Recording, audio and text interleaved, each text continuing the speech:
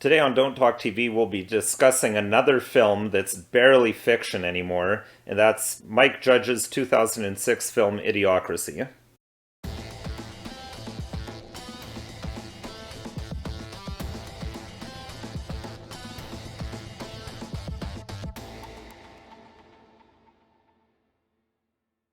Hello, my name's Nicholas Wansbutter. I'm a lawyer in Stratford, Ontario, Canada, and welcome to Don't Talk TV. So Mike Judge's film Idiocracy, it's not particularly well known, but in my view, it's a film that should be considered a classic. It's a parody dystopian future movie that really makes some powerful commentaries about the direction that our society is heading. So the film tells the story of Joe Bauer, who's a U.S. Army librarian. He's chosen by the Army for a hibernation experiment because he's the most average person in the entire U.S. Army. Now, he's supposed to be asleep for about 5 years, something like that.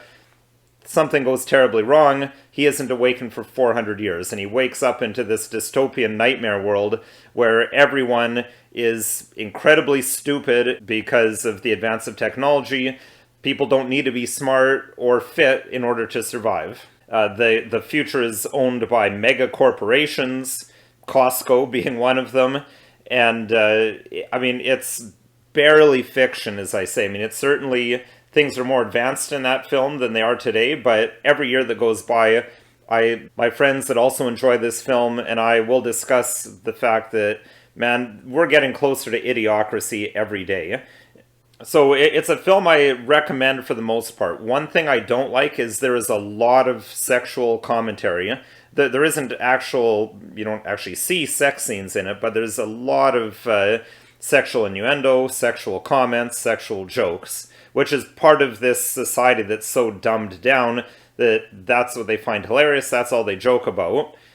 Which, really, that's where we are, right? I frequently lament the fact that there's no comedy available to be watched because it's all sexual comedy. You have to go back to like the 50s and 60s to find some decent comedy. Well, maybe not that far back. You can probably find some in the 70s and 80s as well, but certainly anything recent.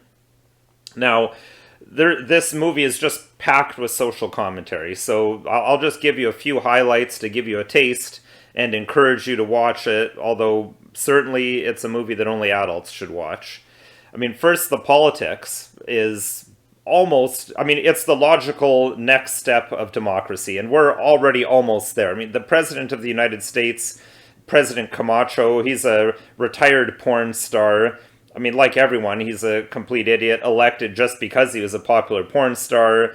The House of Representing, which is what the House of Representatives in the United States has become, is just a bunch of people yelling and crying slogans and chanting about how awesome their particular state is.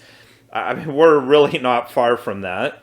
And it's a pretty devastating commentary, in my view, on what democracy is really all about. There's also a law court scene where Joe is accused of certain crimes, and the prosecutor's case against him is essentially... Okay, number one, Your Honor. Just look at him. And B, we've got all this, evidence of how, this guy didn't even pay at the hospital. And I heard that he doesn't even have his tattoo. I know, and I'm all, you gotta be shitting me. But check this out, man. Judge should be like, guilty. Peace. Now, we're obviously not there yet, but there's certainly a lot of very concerning trends that I see in Canadian law that are leading up to this sort of a court system. First of all, you have the vastly increased use of character evidence in Canadian law. That used to be completely forbidden, but now it's been chipped away at, and especially in domestic violence cases or domestic homicide cases, the Crown is allowed to lead evidence of just saying, look, this guy's a bad guy, therefore he's guilty of this crime, which traditionally the axiom has been that a man should be tried for what he's done, not who he is. But that's essentially what's going on in the court scene in Idiocracy, is it's, who he is. Especially they make fun of how he talks because he doesn't speak in their complete idiot jargon, so they're always making fun of him. Also in Canadian law, there's been a very disturbing, in my view, increase in the use of hearsay evidence over the years. Again, that's something that for hundreds of years was totally forbidden. It's been chipped away at. always as a means to getting certain bad people, but then it's used against everyone. And again, especially sexual violence type of cases and cases involving children, the laws are being thrown out the window. You now have things like Section 715 of the Criminal Code that just allow the videotaped evidence of young people to be played in court.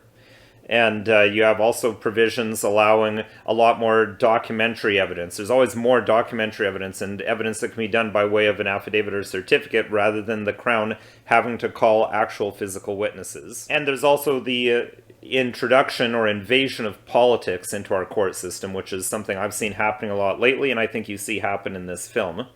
Now, the third area that's very briefly touched on in the film, but I think it's brilliant, is how public education works. I mean, it's basically an amusement park ride, and what's the summation of their education system is basically... 1939, when Charlie Chaplin and his evil Nazi regime enslaved Europe and tried to take over the world.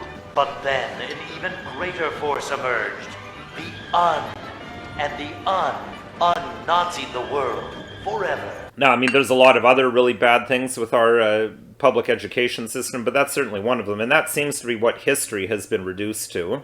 So those are just a few highlights. There's a lot more in the film. It's a pretty funny film, but I like it a lot for the commentary, the social commentary, and the dire warnings about where we're headed if we stay on the trajectory we're on. So it's a film I recommend, but of course with some reservations for the reasons I stated earlier. Definitely an adult film.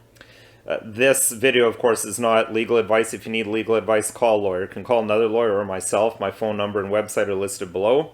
If there's topics you'd like to see me cover or a show you'd like to see me review, please send an email to the email address listed below or leave a comment in the comment section. And if you found this video at all interesting, helpful, or informative, please consider liking, sharing, subscribing, and following us on social media.